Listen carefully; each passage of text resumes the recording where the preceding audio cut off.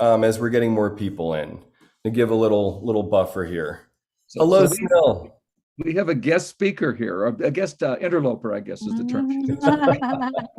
And Sally Joe and O'Brien, and she is a colleague of George's and mine at Wright, and an expert in coaching and organizational development and such things, and has a lot to say about career development and career supporting. And Sally Joe, you were talking about curiosity being an important part of connecting and networking. So could you tell us a little bit about your thoughts about that?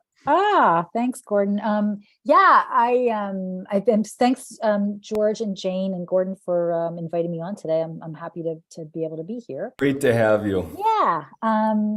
Yeah, we were talking prior to everybody coming on about having confidence, when connecting, and the way that I began to overcome my own anxiety about that was was actually through coaching and coach training, learning to be curious. So I just ask a lot of questions when I go to parties and when I go to any gathering. I just ask a lot of questions. Tell me more about that. That's awesome. How'd you get started? Oh, what got you into this position? And I ask enough questions that A, it calms me down, and B, I get information, and then I just keep asking. And people often walk away and go, wow, that was the best conversation I ever had. And it's funny because, of course, they're just talking about themselves the whole time, which is everyone's favorite topic, mine included. So, that's my strategy, honestly, at gatherings, is ask a lot of questions. Right. Well, and open-ended questions too. Tell me about this. Tell me about.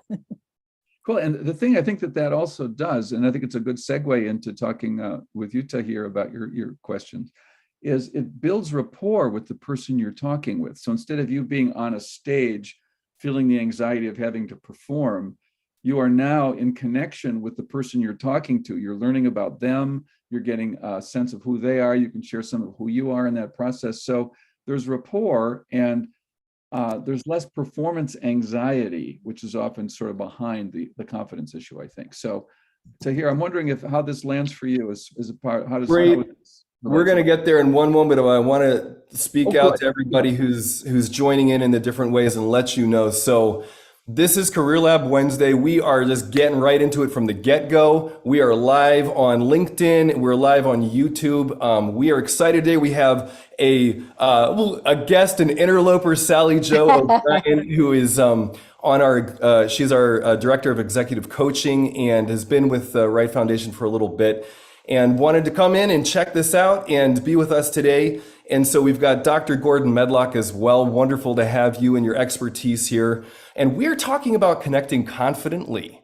And so we're getting into using curiosity as a tool there, but we're going to get more into that. But I want to say to everybody who's joining in that our primary goal is to serve you with whatever questions you have career related. It does not have to be with this topic. Whatever is on your heart, that's why we're really here.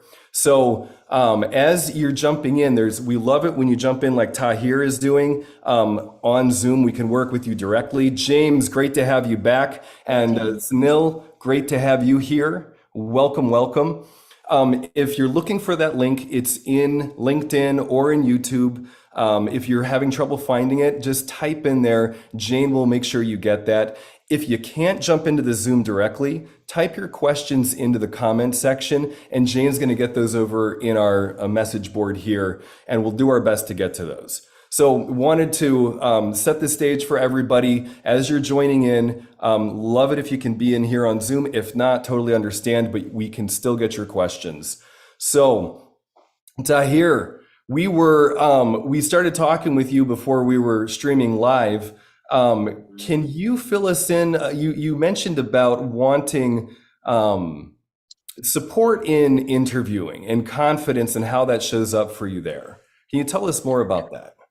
Actually, I have an interview scheduled today with the biggest healthcare in the healthcare industry. Used to be Dupit Medical Group. Now it's Dooley. I applied for help desk specialist, and I'm kind of nervous and to get in and like lacking a confidence to answer the question they're going to ask and like stuff like that.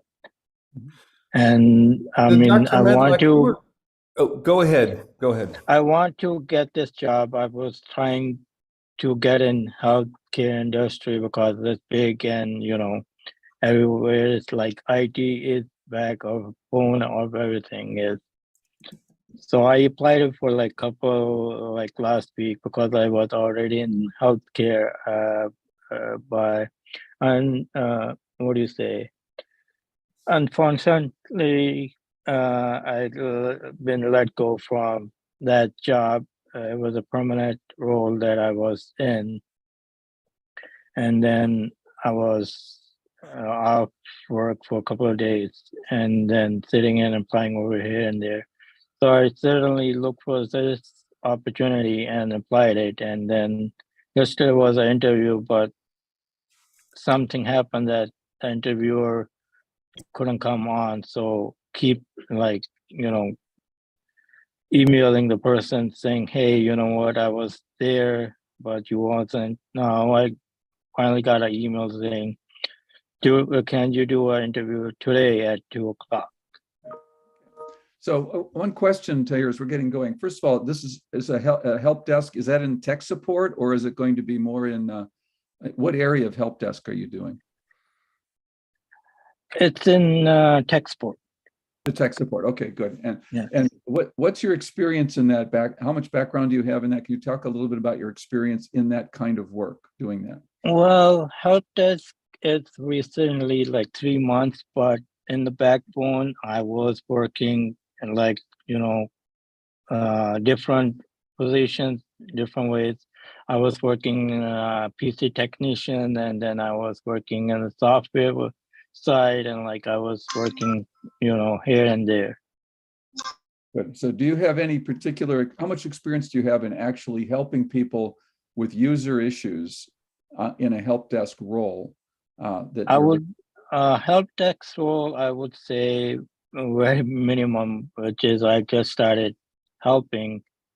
The bigger issue is with me is I'm a bilingual, so sometimes people don't understand the way I talk and like everything, and they hang. That happened to me on my previous job. And when I was trying to talk to the people on them, they hung up. Ah, okay. So, and what's your first language? Urdu. Okay, okay. So, so yeah, so it's really establishing. I think the key here. First of all, you're new at this to some extent, right? This has not been your main area. It's you're going from a more technical role to a more people role. Is that fair? Yeah. So that's a big shift.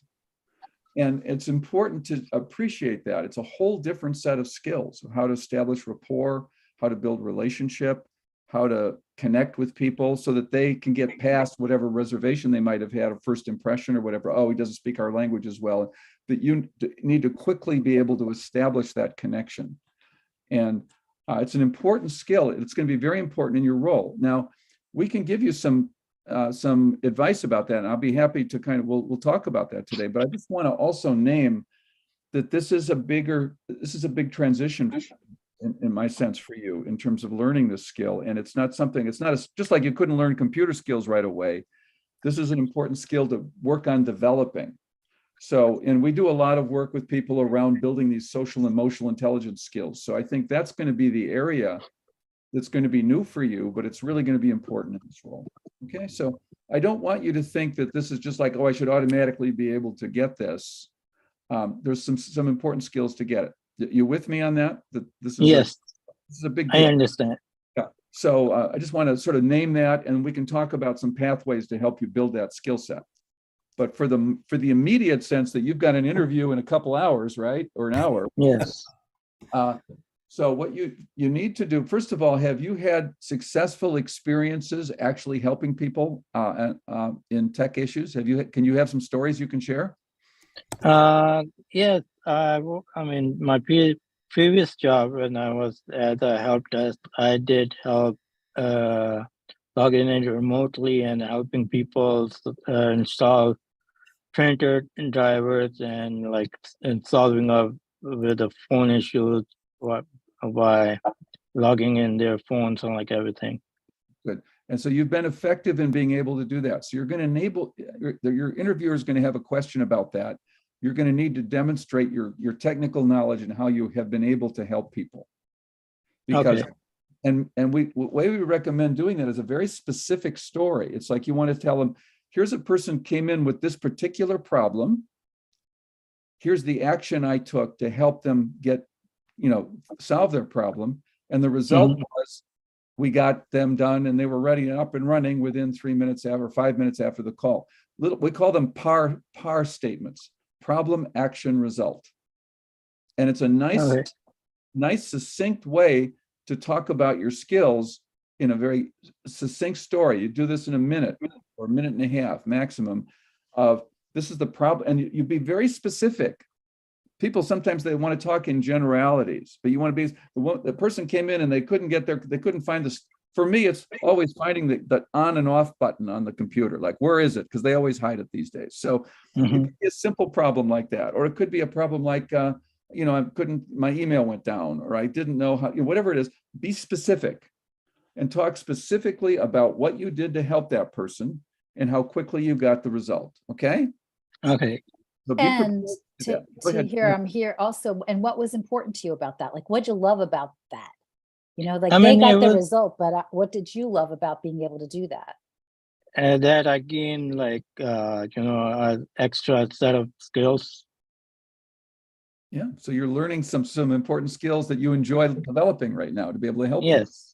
And Okay, and cool. toss in there that you liked helping people because you're on a help desk. So you want to say I love helping people get the result. It feels great to be able to share my knowledge or share my expertise, something that lets them know that you will love this role, Okay. So bringing more of your emotion is what I'm hearing Sally talk about here, more of your emotion into the conversation. Can I give you some feedback on what I'm experiencing you right now? Sure. So, and I'm going to just a general piece is you tend to be in a very monotone voice. And so it's hard to get the emotional sense of what Sally's talking about, that this is something you really love doing. So for you, what I'm suggesting is bring more of your emotion and enthusiasm into your voice, that, oh, I really love the opportunity to help people. And here's an example of how I've done it. Okay. Okay. So people will feel you more in that way. Tahir, James. Tahir, James, are you able to share right now? James, I can't hear you. Gordon, I love that what you're saying. I was like, I'm with you. mind melding. James, can you share? I'm in a position to share. What would you like to talk? What would you like me to share? Have you heard Tahir checking in here? I heard him talking about a monotone voice. That was actually Dr. Matlock talking about the monotone voice. Yes, James, can you share your journey over the past year of going from a guy that spoke only in monotone to having more expression? Can you share a little bit about your journey with that? Yes, my experience is that GD would give me these low scores for flow, aliveness, and truth, and I couldn't figure out why. Because I would pour my heart out and brains out. And he said, well, you got this 3 out of 10, 10 being high. Well, what do I need to do? And he said, have more, be more alive. So what I got from it is that, and it's a work in progress. It's almost, sometimes I think to myself, I just need to just let go and just express. So if it's like watching the Bulls game and you see someone dunk, the monotone part will say, yes, very good. That's very good. And that's okay, but maybe go out of character and jump out of your seat. Sometimes what happened as I started to open up is that, so I'm from Chicago, and someone from the opposing team would dunk on the Bulls, and I jump out of my seat and say, yeah, that's all right. And then I look around, because sometimes when I get all excited, I'd scare myself because I usually don't get that loud. And then I also will realize that the person dunked on the Bulls. So wait a second, that's not right. I'm rooting for the Bulls, but it doesn't matter. But just let those emotions, you have them in you. Even if you're muted, even if you are a muted type, you have that in you. And my thought and my what I would offer is just let go, and you will find your middle ground, and whatever that balance is, what's appropriate for the situation, you'll find it. And James, I'm going to jump in here because that's not the whole story, because you haven't shared that you did something called the More Life training, where we start with fear, hurt, anger, sadness, joy. And you didn't share how you have been exploring and investigating your primary feelings like a madman for a while, and that you're taking stock of yourself in your daily interactions at work, with family, with friends. And so there's all of that piece of it, and you haven't been sharing how hard you've been working at this. And that in our sessions, we do things like breath work, and like have practiced singing together to like open up and get the flow, and just have that experience outside of your comfort zone. And then for you to ground that into, okay, here's a way I'm going to do this differently in interactions that I'm having with people. So there's a whole lot of, so Tahir and James, thank you so much for sharing. A year ago, Tahir, James would not have been sharing the way that he just shared. With that, like, you get how when he's sharing, like, you're with him, you can track with him, you have a sense of him. Am I accurate in saying that that's what you want? Yes. Okay. Yeah, and so it's challenging. It's not a fucking easy thing, but it's doable. And so thank you, Jane, for throwing in our next training in that. Yeah, our kickoff is the More Life training, where you do a deep dive into social and emotional intelligence. You'll be outside of your comfort zone. You'll have fun. You'll hate it sometimes, but it's good stuff. You get good results from it. And yeah. So George, one more immediate thing to hear I just want to address, and then I think this is a great theme I want to hear other people respond, because I think it's really a great theme we're looking at. But there's one question you're going to get that you're going to need to have an answer for in the interview today, which is, why were you let go from your last job? They're going to want to know why you left. Because how long ago did you leave? Like a week ago. Week ago. Okay. So, in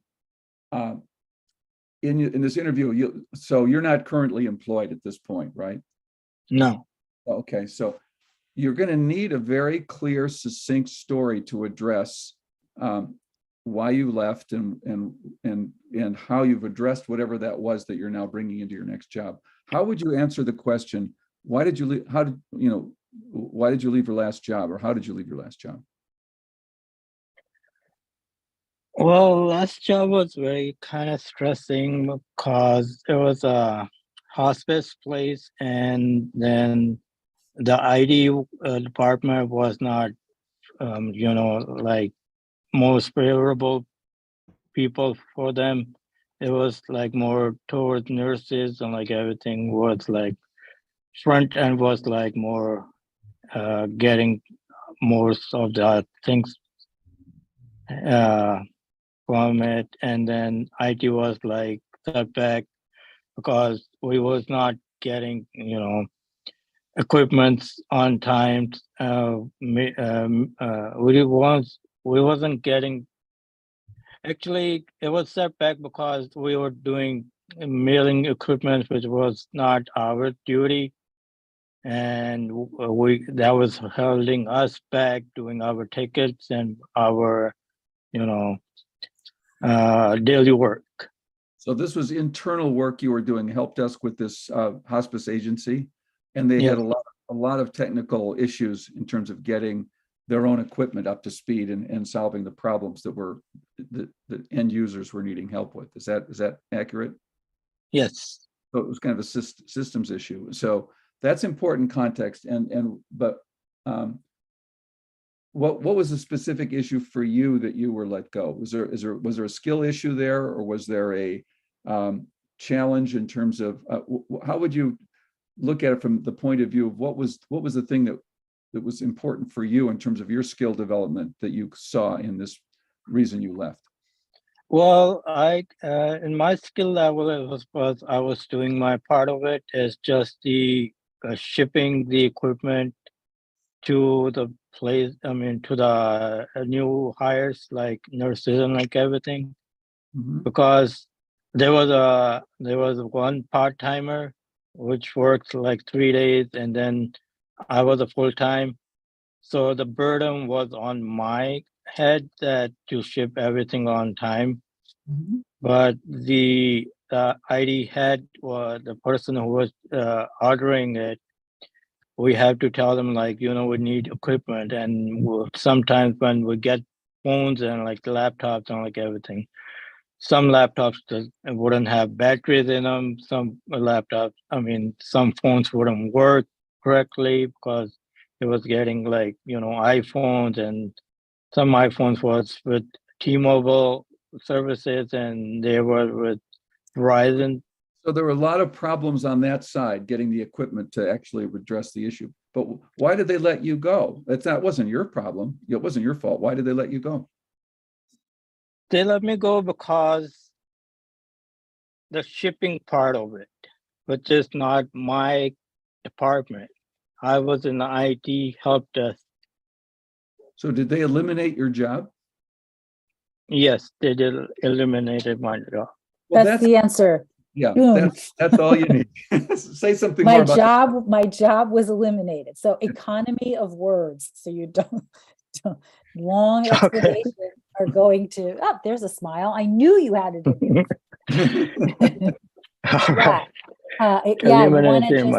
My position was eliminated. We were understaffed, and I wouldn't even say that, even just my position was eliminated. And so that's it. And so here I am looking for another great position. And okay. And get off it right away. What do you love working? What do you love to work? What do you love about working here, Mr. Interviewer? And let them tell you. I like to work with people. I'm a team person, and I like to learn more skill sets to enhance my job and stay in a company and grow my skill sets and grow my levels from level 1 to level 2 and 3. Yep. For the sake of serving the customers. Yeah. And the company. Excellent. Yay. That's it. You got it. Right on. And the thing I want to underline here that I'm seeing happening is, and we've shared about this before, is the bottom lining things and getting good at that. That's one of the reasons why we encourage people when making your resumes to really invest yourself in making the resume and making those PAR statements, because you're training yourself to do well in an interview, to be able to take a complex thing and break it down into a bottom line. And you don't have to give a whole lot there, Tahir, like what Sally Jo was saying. You just say the position was eliminated. And if they want more, they'll ask more and you can answer those questions. But all that's going to happen is notice, I'm sure you have a lot of feelings about it, and it's totally appropriate. It, fucking sucks. And at the same time, to them, that you don't need to bring that in if you don't need to, because that can just muddy it up. So that's the great thing about just knowing I can give a very quick answer to what happened here. If they have concerns, they're going to ask me and I can take it further, but I don't need to offer up a bunch more, because it's really about what the position is that you're applying for. What do they need? And like what Sally Jo and Dr. Medlock were saying earlier, is about the curiosity, being curious about that position. And I loved too what you were sharing, Jackie. Thank you for that as well. Is yes, a conversation and telling your career story in there. And so it's the relationship that you're building in the interview. So I want to take a moment, say thank you, Tahir, and set some context for everybody who's joining in on LinkedIn, on YouTube, and folks who are jumping in here on Zoom. This is Career Lab Wednesday. We're here every Wednesday, noon to 1, to support you in realizing your potential in your career. Dr. Medlock often shares that we see your career as the vessel where you can, as a pathway for you to become who you can become. And so that's an important part about you learning to interview the interviewer, an important part about how you see yourself in your career. That being said, we open the floor to all questions. I do see that we have some coming in here. Great to see more people joining in.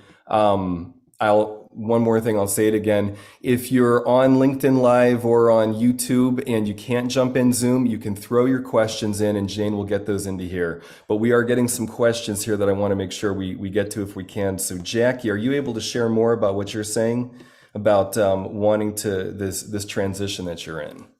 Yes. So recently laid off as of Friday. My company was reorganizing. In this position, I was working in the leadership development space.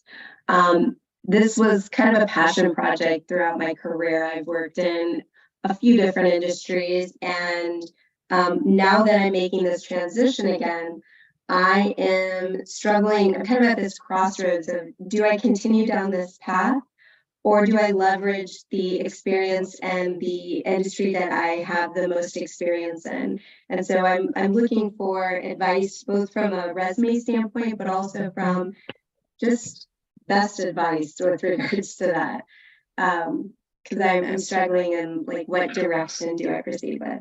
So Jackie, I didn't quite hear it. What was the business that you were in before that you were saying that you were? I worked in technology for about 8 years, and then in 2020 transitioned over to leadership development. Had a little bit of a technology piece to it, but yeah, I'm just struggling, like, where can I combine both of those? Do I stay on this path, or do I not have enough experience to be able to do that? And so, Well, and your last position was in leadership development? yes. How long were you in that job? For the past just under 2 years. 2 years, okay. Yeah. And what is it that you really would like to do? My primary role that I have been in, no matter what industry, was relationship management. So I worked in an account manager role, led people at certain points, and have been an individual contributor as well. So comfortable on both sides of that.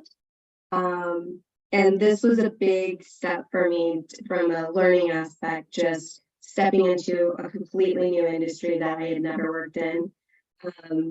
But I did learn a ton and was able to take a lot away from that. And there's something personally that this was more of a passion project of what I was doing in this past role.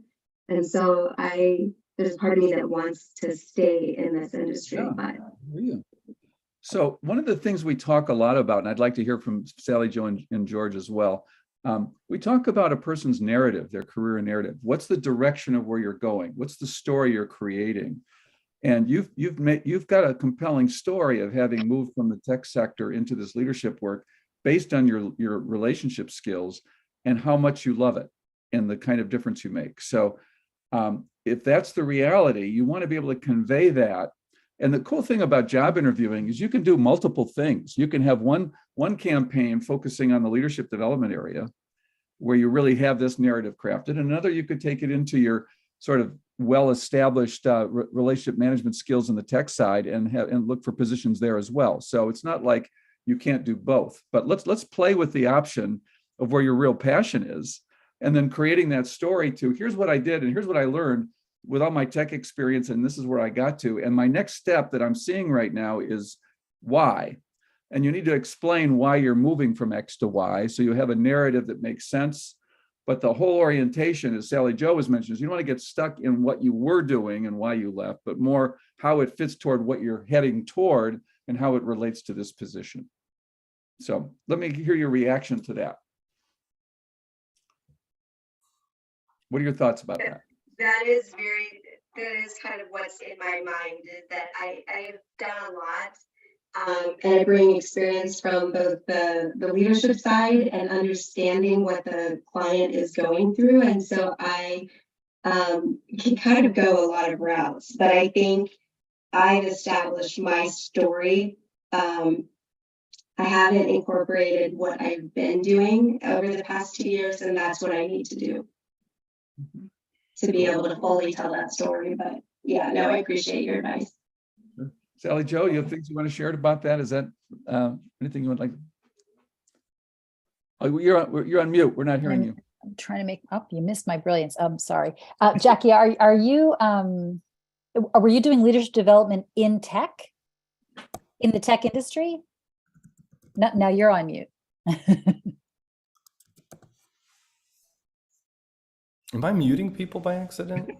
I don't think No, so. you're on mute, Jackie. There we you go. Okay. Yeah. Were you in tech doing leadership development in tech?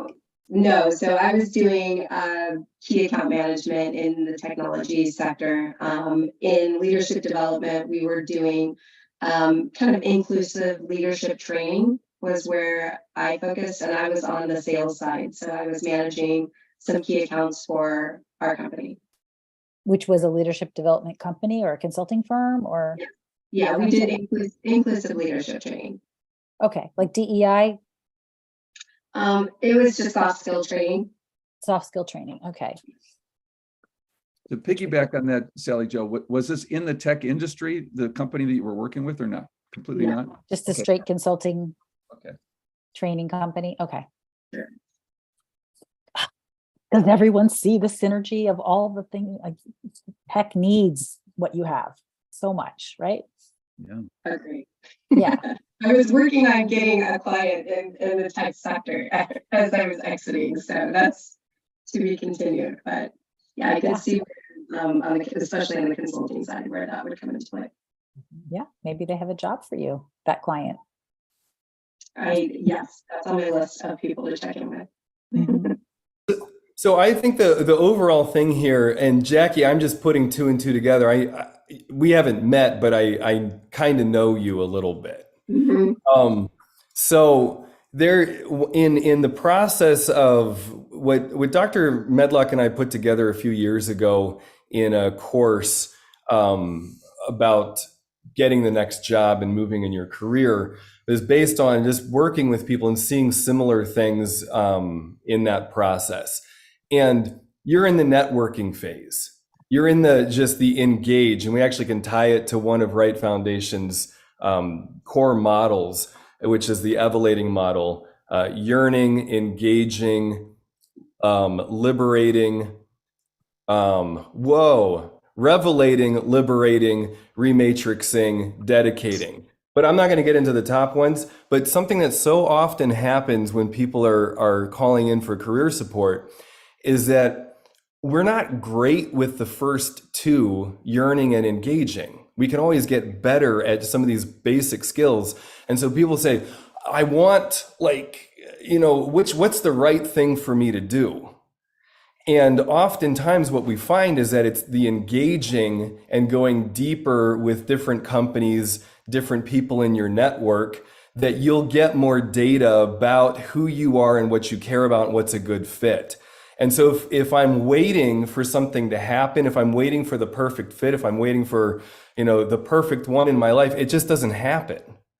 And so I think that's one of the things I'm hearing here. And I kind of wanted to name that for everybody viewing in, that it's so important oftentimes to just get out, talk to people, make phone calls, set up meetings. I had a guy the other week who is in a spot where he's looking for a job. And after talking to him a while, I was like, dude, you mean you're talking to me now? You have several coffees set up this week? And he's like, yeah. And I was like, that's great. And he's like, he was really happy to hear that, because he's like, oh, good. I thought there was all this other stuff I was supposed to be doing. And I was like, well, maybe, but sometimes it's really that connecting with people, it's your network that's going to help you the most. So, okay, I see your head shaking. Yeah. Okay. Sweet. Totally right on, George. That's so true. And the cool thing about networking is that yearning that George is talking about is like, that part of you that talks about this as a passion project, I keep hearing that word. This is something that really matters to you. Talk about the experiences you've had, what's brought that to life. And there may be other things that come up in the interview networking you do. You might actually end up getting a consulting gig while you're interviewing and networking. Yeah. So you've got, always be open to how am I, not just how I've created the story, but how am I creating the story right now of what I'd love to do, and talking to people. And the other thing we emphasize is being a net giver. You're going to be consulting with every person you're meeting with. So you're in an interview, you're talking about their company, you're doing a networking meeting. Tell me more about that problem you guys are having. Oh I've seen, what about this? How are you doing with that? And helping them in that experience get a sense of what you can do to help them become more effective in dealing with their situation. They're going to remember and they're going to value that. So it's an ongoing living process of what George is talking about is yearning-based engagement. It's the engagement with your yearnings toward what it is you care about, and from a net giver perspective. That's the formula. Yes. That's Yes. the context to work with. Embracing that you care, that you're excited about it, letting that shine. That's a gift. That's allowing yourself to yearn, allowing yourself to have the feelings that you have about that. That's attractive. And if the company is not the right fit or whatever, we had one guy who interviewed so well and shared a lot, where the company actually said to him, "Oh shoot, you just helped us realize that we're hiring for this position, that this position isn't actually what we need. And you just helped us realize that. So sorry, we don't have a job for you. We'd love to hire you, but we don't have anything for you." But they referred him to several other people. They're like, "Oh, you know what? You should talk to so-and-so." And so that's just the level of you being you, engaging with what you care about, and your path will open up before you. So I'm sharing that, and I'm realizing we didn't hit a question earlier from Amelia Brown. Why is it so hard for students who have received degrees that can't find a job? And then she just checked in again saying, "I would like Jackie to discuss," or "Hi, Jackie, I would like for us to discuss this topic as well." Okay. So thank you, Amelia. You're relating to that. And the question about students who have received degrees not finding a job, if you're able to jump in, maybe we could hear more on that, Amelia. I don't really know overall. I know we got a weird job market, but I don't know that that's a whole lot of help to you. Maybe. I think I would love to hear more detail as well, because sometimes people think, "Oh, I got this degree, that should automatically translate into something." But a lot of educational institutions don't take time to actually help the students look at the career direction of what they're studying and how to translate that into the work world. So from that perspective, I've worked on both sides of that in career coaching. I would like to hear if you can come on. I don't know if you're on streaming right now, or you're on our Zoom meeting. Yeah. I'd like to hear a little bit more about that experience you're hearing about, because I think it's important. So we probably won't. Amelia, thank you for the question. There's a lot there to dig into. And I encourage you to keep checking this out and asking questions, and maybe you can find some more in there. One of the things that people do say when attending our trainings is, I hear things like, "This is what I didn't learn in school. This is what my parents didn't teach me." Some of this basic emotional intelligence stuff. So we do have a master's and doctorate degree and an MBA program in transformational leadership and coaching.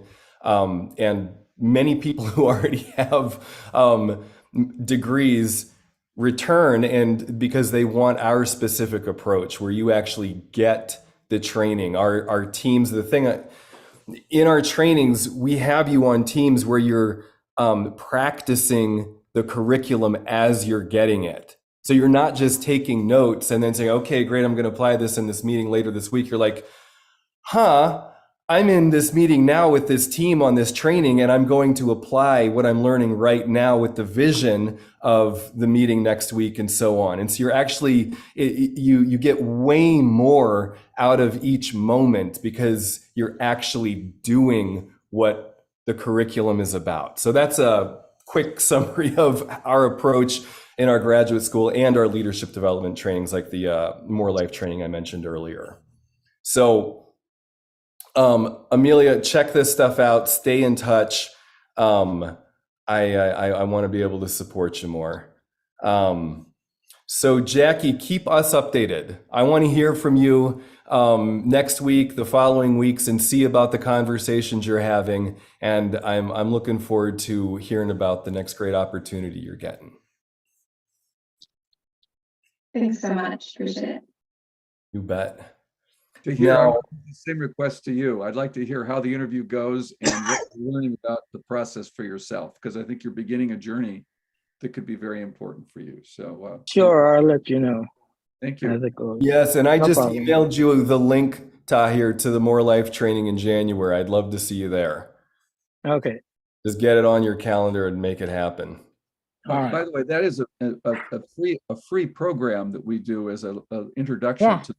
So there's no charge for that, or there may be All a right. minimal registration fee, but that's about it. No, if Minimal. yeah, you'll get it. If there ever is something, by being in Career Lab, we'll give you we'll waive it.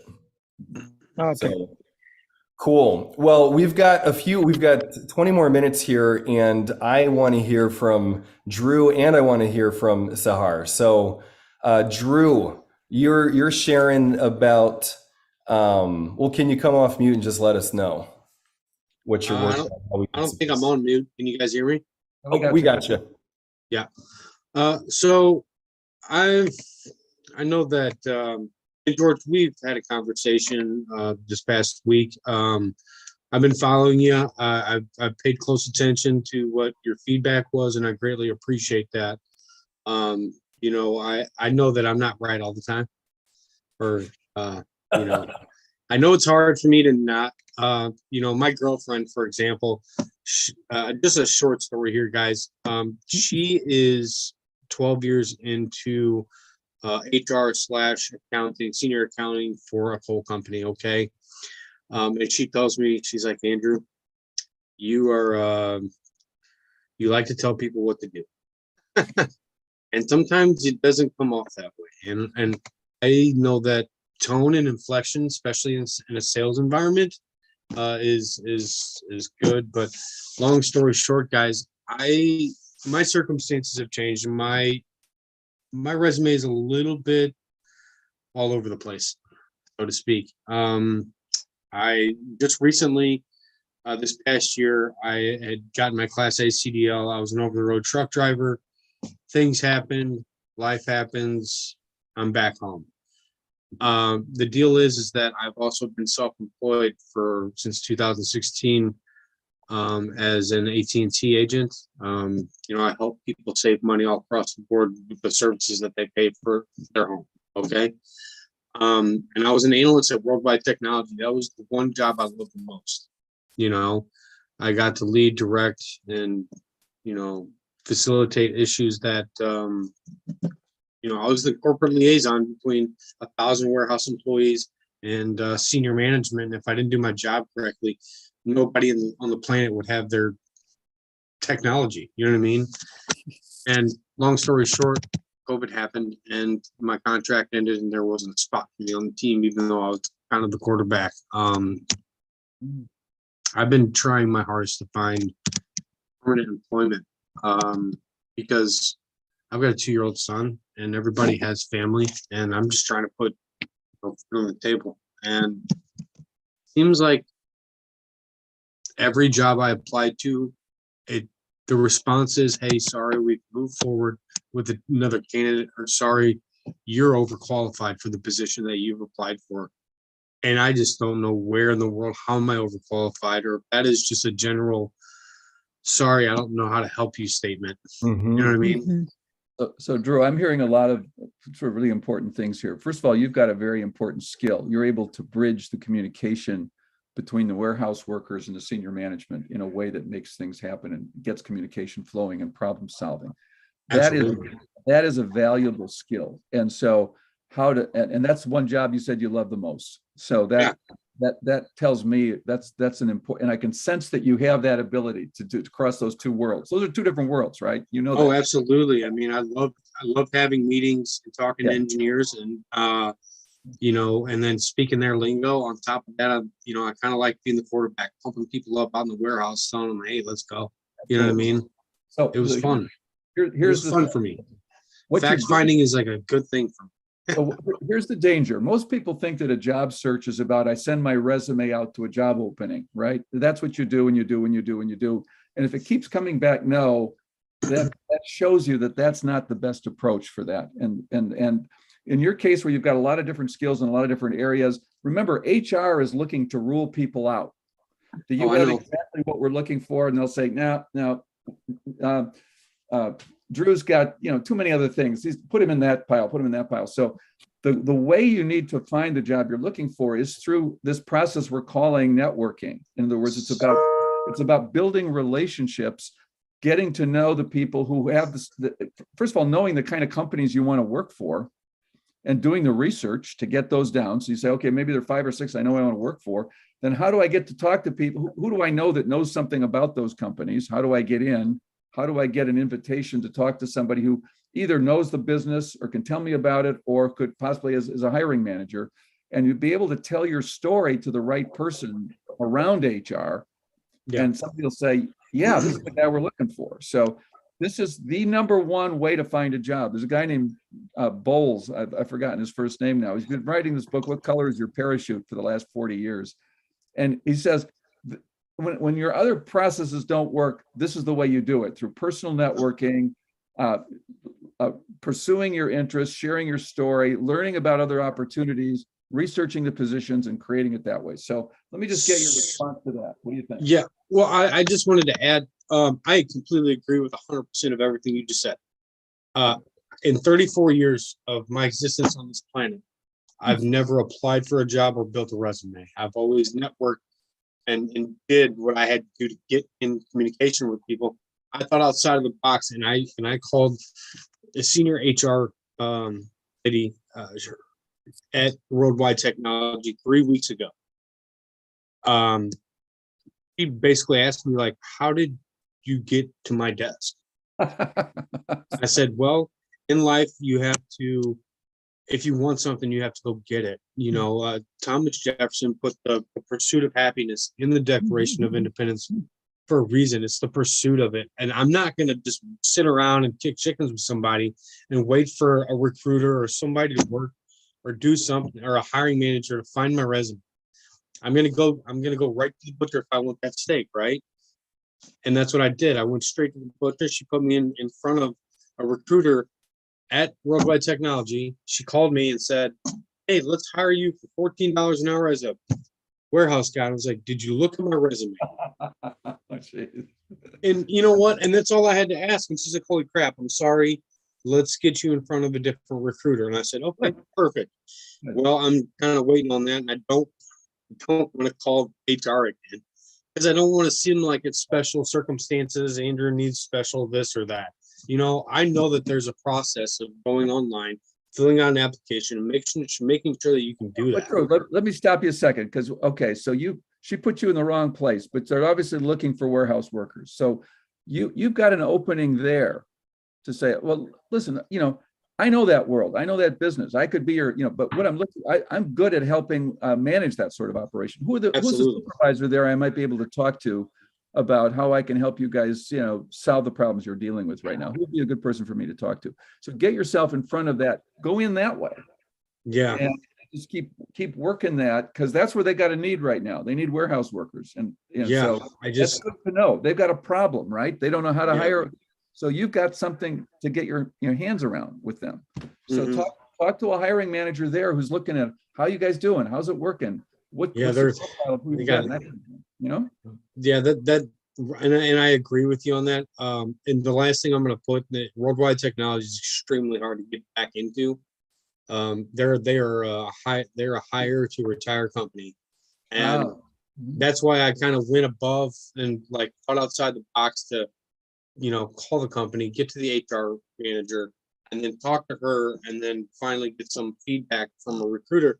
However, I just have to get in front of the right recruiter, because I had 12 different sectors, 12 different recruiters. And long story short, Worldwide Technology is not the end is not like the company, the best company on the planet. It's just an example of where I was at, what I love to do. And So if there's Drew- another company out there that I can drive the workforce to, that's where I want. You know what I mean? So do your homework. I would suggest what you do is identify 5 to 7, and that's not a magic number, but just something around it. Companies that you research, you say, this is a place I want to work. I like the what they're doing, who they are. It fits with my skills. Research them, understand what their business problems are, go to school on them, and then start networking into those companies and talk to people about what your opportunities are that you're looking for and how you can help them. Thank you for your feedback. I greatly appreciate that. That's really critical. And then let us know how just let us know how that goes, because that's a process. And you'll be surprised when you have a specific company you're naming, gee, I'm trying to, talk to somebody, and there's some friend of yours that has maybe no interest in what you're doing, but says, oh yeah, I got a buddy who's working over there. And that's how it works. So yeah, I mean, it's kind of how I've always been. I mean, I've just naturally built rapport with people, and I've got a strong network, but it's almost like everybody's on a hiring freeze. Oh, so the other thing, Whit, is listen to your wife. She says, don't tell people what to do. Be a net giver and listen to what they need and how you can help them. So listen to your wife. You'll be a happier man in many ways, and you might even get a job faster. So that's. Yeah, I just need to shave my face and my eyebrows and act like a drill sergeant. The beard is great. That does it. You look great. You have great. So Drew, I want to hear. So Curious. I'm doing this now. Next Wednesday, we're actually switching it. It'll be the first time it's Career Lab Tuesday. We're switching it to Tuesday. I want to hear from you. Okay. I want you to come in and I want you to report to us the companies and the steps you've taken in networking into them. Sounds fair. I'll do that. I put that on the calendar next Tuesday. That is the 22nd. Yep, Tuesday the 22nd. What time is that? To everybody. Noon Central Time. Noon And Central. the only excuse, Drew, is if you have a job interview and you can't come. That's your only excuse. You know what? And Let's there's build no that. excuses here. It's just, hey, let's move forward. I'm guys, I greatly appreciate everybody's, patience and stuff like that. I know that I can speak a million miles an hour, but long story short, I've never been in this position. It's hard at 34 years old with a 2-year-old kid, a girlfriend. Yes. She just bought a brand new house, and I'm just trying to bring home the Dude, bacon. so you're juggling. It's Yeah. scary and it's a lot. But at the same time, if I went back over the road as an over-the-road truck driver, I'd be the happiest person on the planet too, because I like that job. Everybody kept left me alone. But that job also put me in the ER for 4 times. So Yeah, but Drew, you've got skills and things to develop. So let's get you going in this direction. All right. And it's fucking painful and scary, and it just is, and you're going to be a better man for it. But there's no denying that. Also, there's something about why you, what about you is awesome. You want to write that out for yourself, why you for what position, where you kind of create a story about yourself for yourself, why you're great at not just what you can do, but what you bring, kind of your internal, what you bring to the table, what's awesome about Drew. And maybe ask other people. I don't know, George and Gordon, what do you think? You ask other people. Maybe ask peers people what they think colleagues. what they love about you. You'd be surprised what people think is awesome that you take for granted about yourself, Yeah, no, I agree with that. And I'm sorry, Sally, that was great. I think that's a good thing, because when I hire people, because guys, long story short, I hire and train people to do what I do on a daily basis for this company. All right. And I asked them the same question. It's what skill set other than the skills that you can bring to the table? We all know that you can help people and talk to people and guide people and save people money, but what makes you you? And I've never asked myself that question. you know. There's your homework. Yeah, In okay. addition to I've got, George's and Gordon's. all right. Well, You're gonna be I've busy. got, You're- I do you're have an getting a interview lot. at 2 o'clock Central Time. I've got an interview at 2 p.m. Central Standard Time with the logistics company up in Chicago. Oh, cool. Go get them. So hopefully it's a work from home position, or I'm going to be taking my shoe buses there 400 miles a day. That's a lot. All right. Well, We'll let's we'll think see. positively. Hey, it's okay. I say shoe buses because the engine in my truck seized up about a week ago or 2 weeks ago. Not fun. Okay, Have a Drew, good one, guys. keep us Thank you. going. We're gonna check in with you. I do want to hear, Sahar, you bring up this thing about limiting beliefs. So we've got just a few minutes left. I don't know that we're going to get to everything here. Keep your questions coming in, though. We'll get to them next week as we can.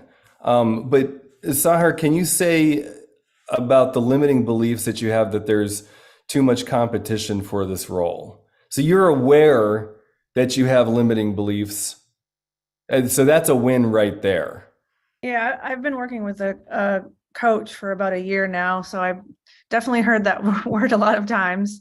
But I think it's easier to say that you're getting over them than actually in practice getting over them when you're confronted with a real life situation. So I think, I don't know, I mean, I've been told there's a lot of competition for this role by the hiring manager. So it's like, you know, that's just the reality of the situation. And in the past, any role that I have applied to, it's been the same thing. There's, you know, a bunch of people that have applied and interviewing, and it's more so about how liked you are internally, who likes you. It's not really, sometimes I feel like it's not really about your skill set. It's more about who do you know, and you know, So there's a lot of what's your politics. reputation within the company. And so, you know, if somebody has a better reputation than I do, it doesn't really matter what skills I have. It's a little bit of a defeatist mindset, I think, sometimes that I get into. So I don't want to be in that mindset for this interview. So any words of wisdom to get myself out of that quickly would be great in the next half an hour, which is what I have before the interview. So. Well, so the first thing to do is stop doing that. Literally, when you catch yourself going down that road of, oh my gosh, it's hopeless, or I'm not gonna catch yourself and saying, because basically that's real. That's a limiting belief triggered by fear and some other kinds of reactions that is not useful to you, right? It absolutely makes you less effective. So, but to understand, we have this philosophy at Wright. It's called no bad parts. We all have these different parts of ourselves. That part is trying to protect you. It's an okay thing that you have this self-criticism or this limiting belief. It's protecting you from possibly being hurt at not getting your job or not getting. So you can say, thank you. I appreciate you wanting to protect me, that part of you. But right now that's not useful. So what I really want to look at is, what can I do in a highly competitive environment to position my skills more effectively so I can be in the battle in that fight and see what I can come up with. So literally getting on your own side and looking at it's okay if it's competitive. It's what you want to be able to do is describe how you are that right person for that position. Mm-hmm. And be willing to be okay with getting hurt if you don't get it. Mm-hmm.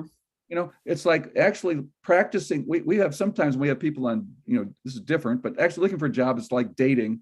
And sometimes people don't want to go on dates because they get really hurt. So we actually have them practice getting rejected on 5 dates in a row is a goal, so that they learn that it's not about them so much. It's just that's part of the sales process. That's part of the process of looking for a job is you're selling yourself and you're going to get hurt because you're going to want things and not get them. So know that that's okay.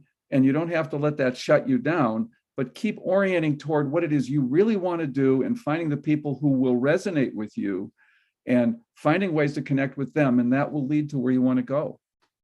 And mostly it's about showing up as your best self, because you have no control over any of that other stuff, but like how you show up.